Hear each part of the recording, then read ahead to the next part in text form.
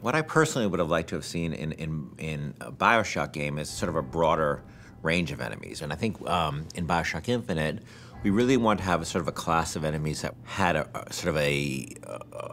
more imaginative range of powers. And we came up with this concept called the heavy hitters, who are enemies that are sort of used to not just be more powerful, but also to augment the abilities of the more traditional BioShock enemies. You're gonna come across them in certain areas of the game, and they're gonna provide a really unique challenge. Red is the price of liberty. You know, we wanted an AI that really expressed sort of the very sort of clear system of beliefs the founders have, and a heavy hitter that would sort of represent that.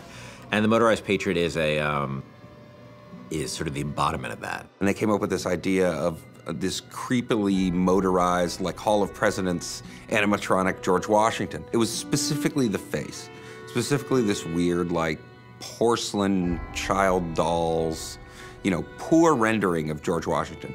That kind of clinched it. Everybody saw it and said, okay, we can roll with that. It's one of those rare moments where you kind of all come together and you realize, okay, this is going to work. We're all on the same page here. Let's just move forward with what we got. I can use a turret! On it!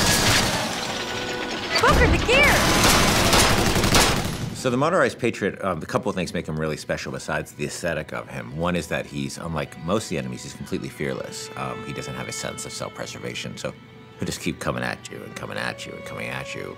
You know, despite the fact that you face many different kinds of enemies in this game, you clearly can't reason with this one. He's just gonna keep coming forever, you know? He is sort of a clockwork Terminator. The other cool thing about him, he's got this Gatling gun called a pepper mill. And once you destroy the Patriot, Booker can actually go pick up the pepper mill and actually use it as a heavy weapon. And that's the only place he can get it, was from a destroyed Motorized Patriot. I mean, I also like that, you know, as he starts to take serious damage, his head he actually loses the Washington mask, and it reveals his sort of metal skeleton underneath.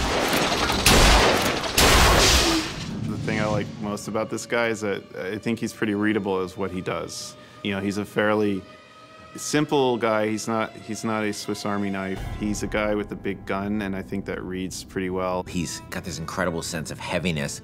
He's relentless, and just hearing sort of the things he's saying is both funny and kind of terrifying. But he's, you know, a deadly, deadly enemy.